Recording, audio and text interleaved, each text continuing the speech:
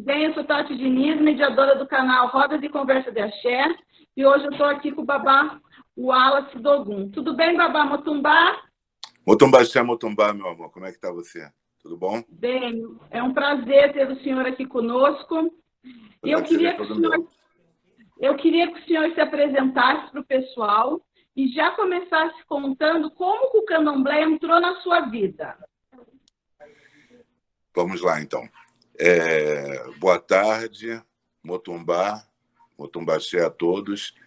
Meu nome é Wallace Rodrigues Darte, do Fono de Ogum, o Wallace de Ogum, conhecido como Wallace de Ogum hoje.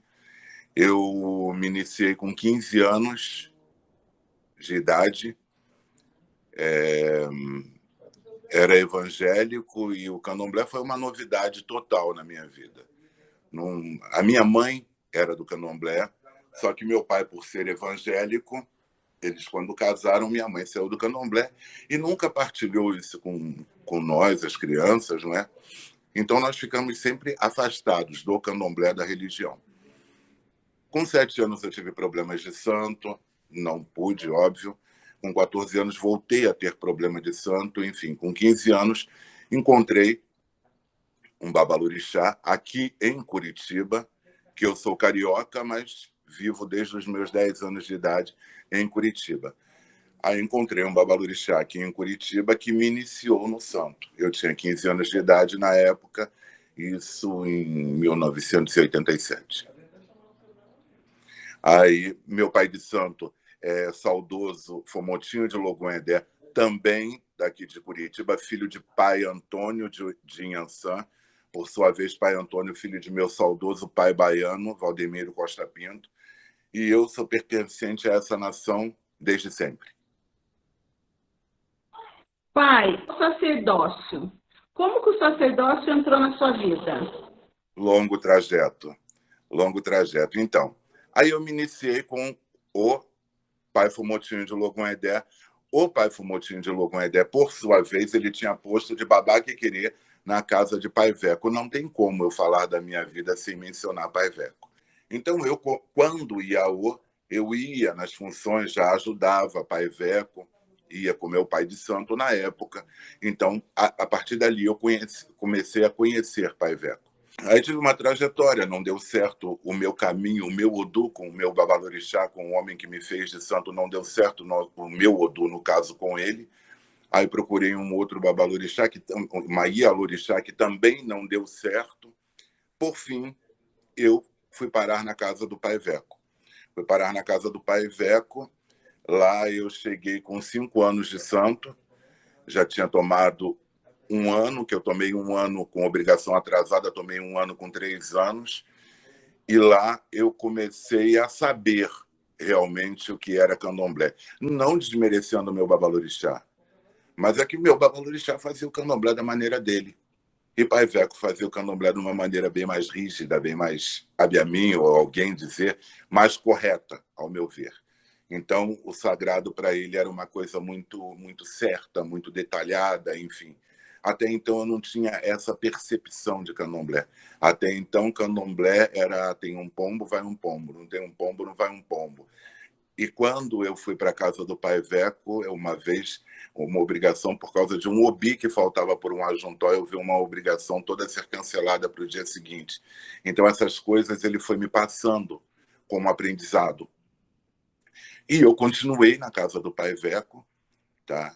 Eu tinha uma relação particular com a pessoa Veco e, independente da minha relação com a pessoa Veco, eu tinha a minha participação na casa, que daí eu acabei tomando obrigação com uma filha de santo do Veco dentro da casa do Veco. Assim, eu entrei no Axé Oiacemi. Eu acabei, pela minha relação particular com o Pai Veco, eu tomei obrigação com a mãe Verinha, que era uma ebome da casa do Veco, e tomei minha obrigação de 3 anos na casa do Veco. Assim, eu entrei no Axé Oiacemi.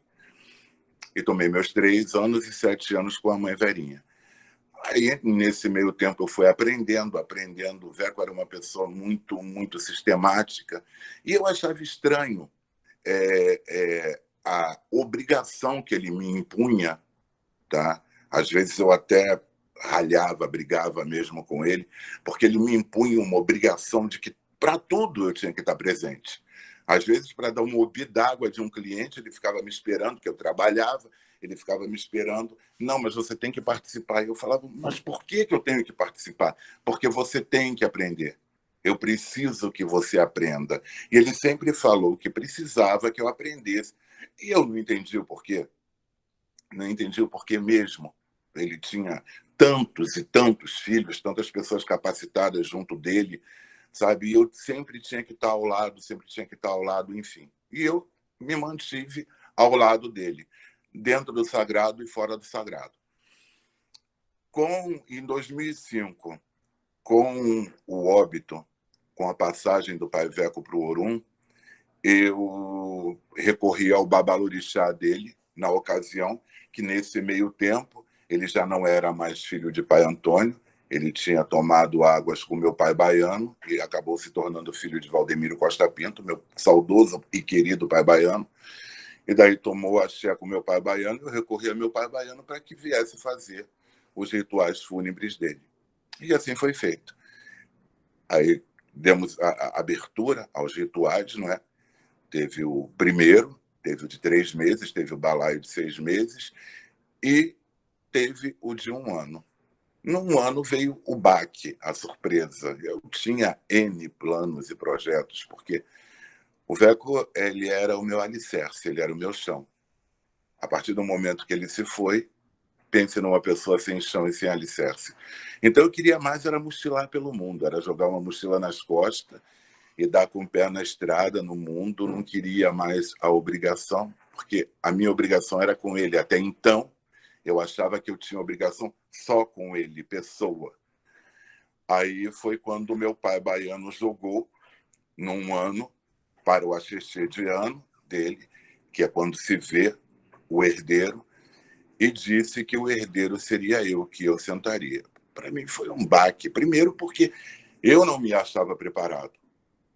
E depois eu achava que era uma coisa que estava me sendo imposta. Aí foi quando ele me mostrou no búzio e jogou e falou que não, que isso era uma escolha de Oiasemim, que Oiasemim era minha mãe. Por isso que eu sempre tive que participar, por isso que eu sempre tive que estar do lado do Veco, porque eu tinha que aprender o ritmo do Veco para poder um dia dar seguimento às coisas dele.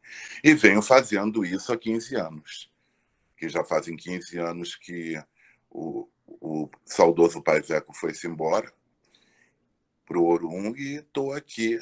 Hoje tenho meu essá plantado, tenho minhas coisas todas. Fiz todos os axixês dele, 1, 3, 7, 14. No ano passado teve o axixê de 14 dias. Foi lindo, maravilhoso. O Aborixá Marcelo de Oxóssi Oxoguian veio para fazer. Uma pessoa que me é muito cara, que é meu amigo, é minha família. Sabe? Eu não montei uma casa, Tati. Eu herdei uma casa de tradição. A minha casa está aberta há mais de 50 anos. Eu tenho 48 anos de vida, certo? E a minha casa está aberta, o CNPJ da minha casa é de 1970. O Babá Lorixá Veco de Inhaçã foi iniciado em 1971, 13 de junho de 71. Eu nasci 7 de novembro de 71, ou seja, eu não era nascido quando Inhaçã nasceu. Mas ela achou que eu, por merecimento, tinha que cuidar dela. E assim eu faço com muito orgulho, tento ter muito discernimento, procuro ter sabedoria e acredito que tudo é amadurecimento. Eu sou muito conhecido na cidade como uma pessoa meio que polêmica, porque eu fui criado bicho solto, Tati. Eu fiquei muito tempo sem pai de santo e, infelizmente, no candomblé, se você não se impõe, você é pisado. Porque eu me fiz conhecer, sabe? Eu procuro entrar. Hoje, com muito mais maturidade, eu fiz santo muito novo. Então, você determinar responsabilidades a um adolescente de 15 anos é muito difícil, não tem como. Tá? E candomblé é isso, candomblé é aprendizado, candomblé é maturidade. E a maturidade, para mim, foi muito bem-vinda, porque eu mudei totalmente. Hoje eu procuro um pouco daquele Wallace de outrora, eu não encontro nada em mim, sabe? Hoje eu sou uma pessoa muito ouvinte, pouco falo, muito observo. Hoje eu presto atenção. Hoje eu não tenho mais a necessidade, aquele ímpeto de me fazer ser notado, de me fazer presente, tá? Hoje eu quero ser mais aquela coisa do passar batido. Tá? Claro que eu sou um pouco extravagante nas roupas e tudo. Nunca vou passar batido porque é da minha natureza. Mas hoje eu procuro não me expor mais. Inclusive, meus respeitos, outro dia desse mesmo, um amigo meu me convidou para uma live e eu falei, por favor, eu não gosto de me expressar, eu sou tímido, eu tenho vergonha. Então, ele, não sei, até pode ter ficado magoado, peço desculpas a ele agora, nesse momento, porque estou aqui participando da tua reportagem, peço desculpas a ele, mas eu não gosto realmente de me expor, eu procuro ficar no meu cantinho mais na retaguarda, mais observando, como um idoso mesmo.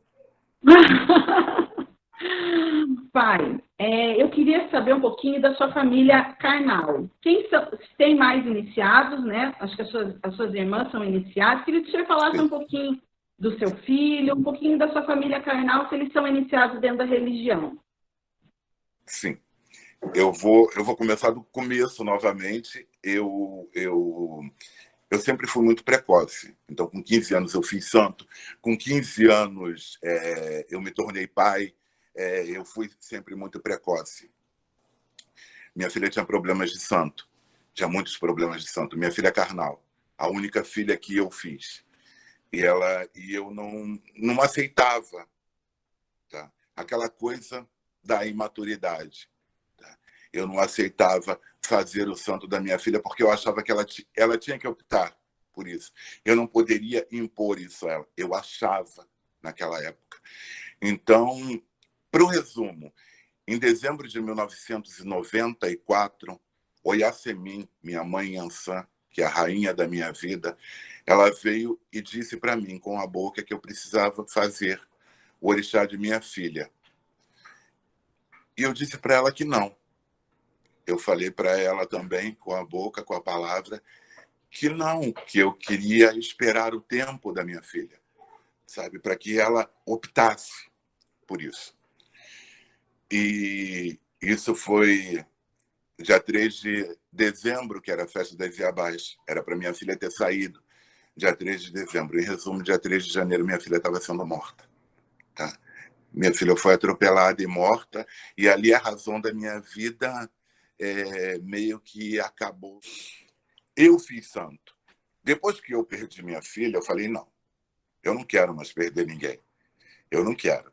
Então, se alguém da minha família tiver problema de santo, vai fazer.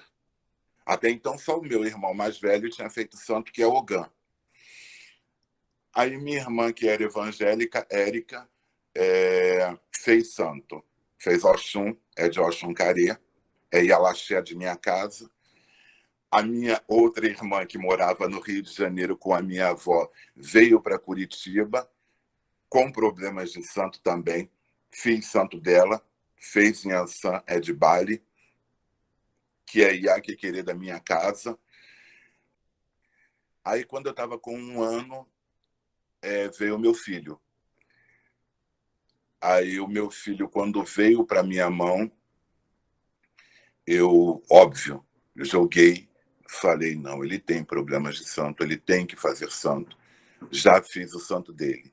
O meu sobrinho, filho da Érica, feito de santo, fez santo com 4 anos de idade. A minha sobrinha, filha da Érica também, fez orixá, ela tinha 1 ano e 9 meses, fez orixá também, é de Nhançã. Ou seja, toda a minha família é Lécia Orixá.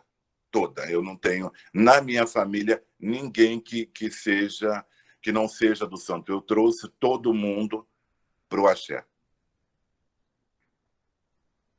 Pai, eu sempre pergunto, quando eu estou fazendo as entrevistas, sobre milagres. O senhor tem algum milagre para nos relatar nessa sua trajetória, que o senhor saiba, que o senhor tenha presenciado? É só você olhar para mim que você está vendo um milagre.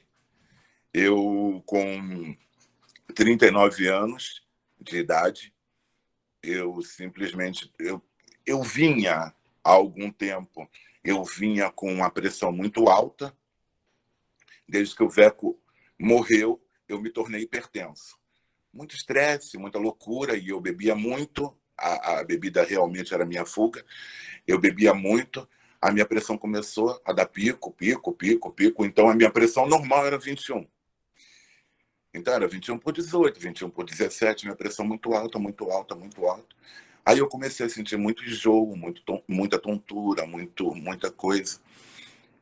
Falava para a Thelma, que é minha esposa, falava, eu não estou bem, eu estou com enjoo. Mas como eu bebia muito, eu achava que era do fígado. Um belo dia, eu dormi e acordei com o meu lado esquerdo todo paralisado. Então eu tive um pré-AVC, um AVC, e disso já me levaram, a Thelma já correu comigo. E nisso a Thelma vinha vindo que eu estava mal. Tá? E nessa época eu estava meio que de bico com a minha Ialorixá, que hoje a minha Ialorixá é Quita de Inhansã, certo? Eu ia tomar obrigação com meu pai baiano, quando infelizmente Eledomari chamou, ele foi para o Orum, e nesse meio tempo eu acabei, como Inhansã é a mulher da minha vida, minha esposa é de Inhansã, minha casa é de Inhansã, minha Ialorixá é de Inhansã, ou seja, o ar que eu respiro é Oiá. Daí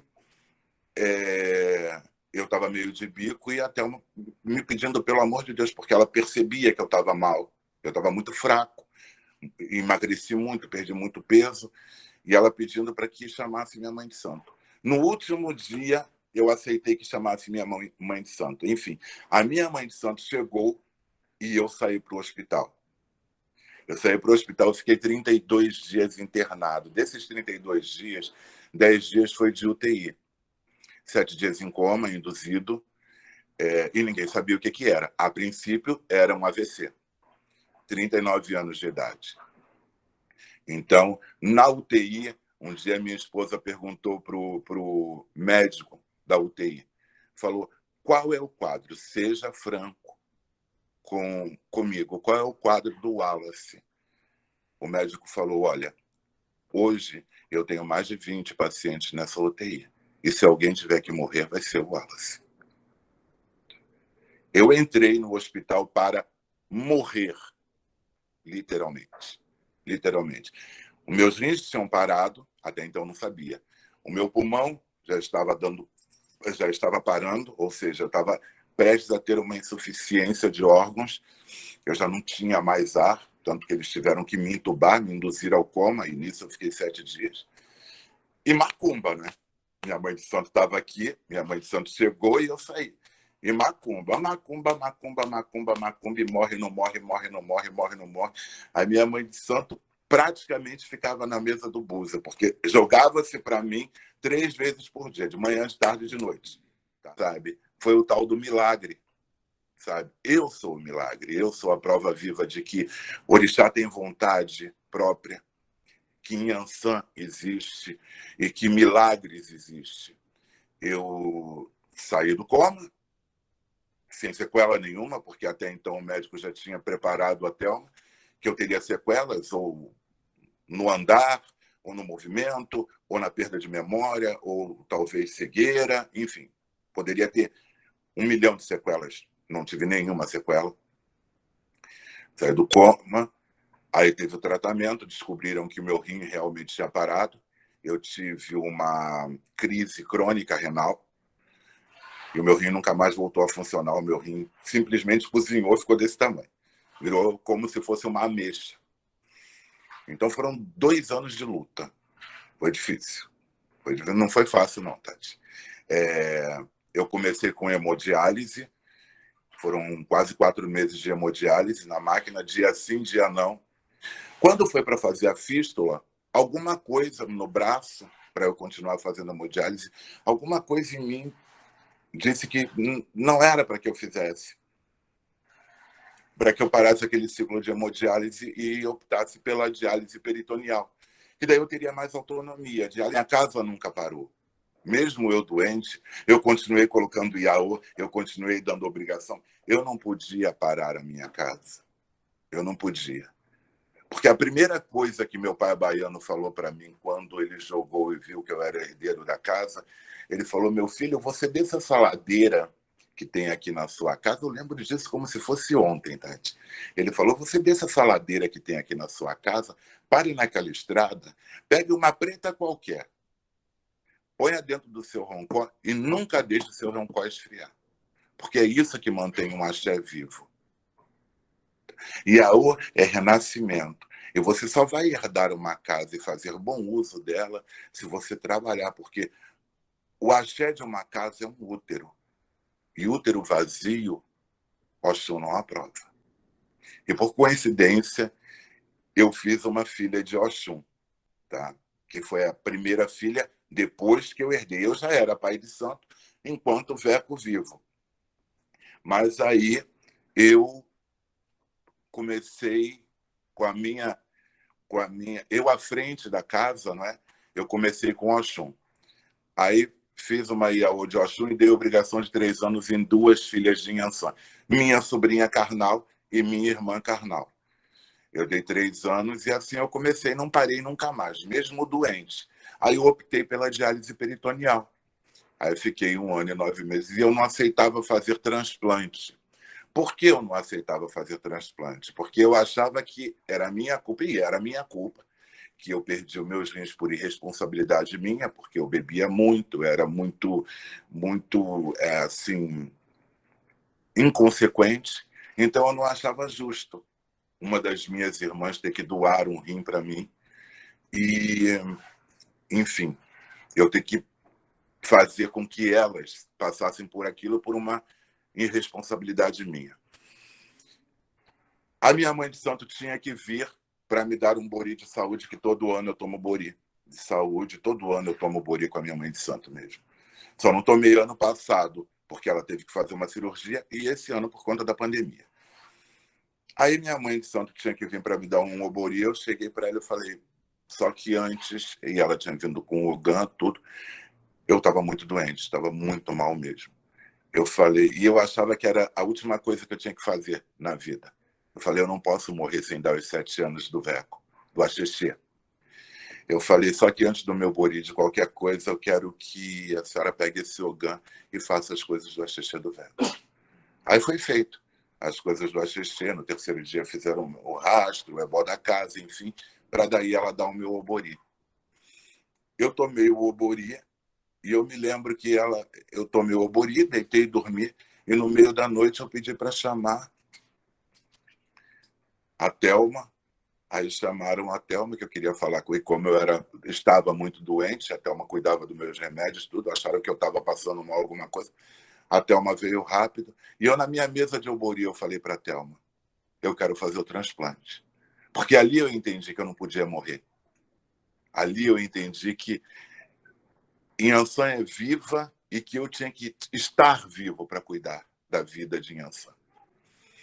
Ali eu entendi isso. No meu obori, na mesa de obori, literalmente. Aí foi feito os trâmites, o transplante, e hoje eu estou aqui. Um milagre. Eu sou um milagre. Dois que eu presenciei. Presenciei muitos milagres, muitos milagres. Eu sou meio louco. Não é que eu seja louco, eu sou temente a orixá. Meu jogo de búzia é do Oxum. E se o Oxum no búzia falar para mim, faça uma coisa, eu faço. Tá? Eu tenho, graças ao Oxum e Oxoguiá, eu tenho um filho de santo que eu falei para os pais, criança, tá? Ele foi internado com quase 500 de diabetes, quase 800 de glicose, em coma, diabetes, e eu joguei, e o Oxum pedia que fizesse o santo dele.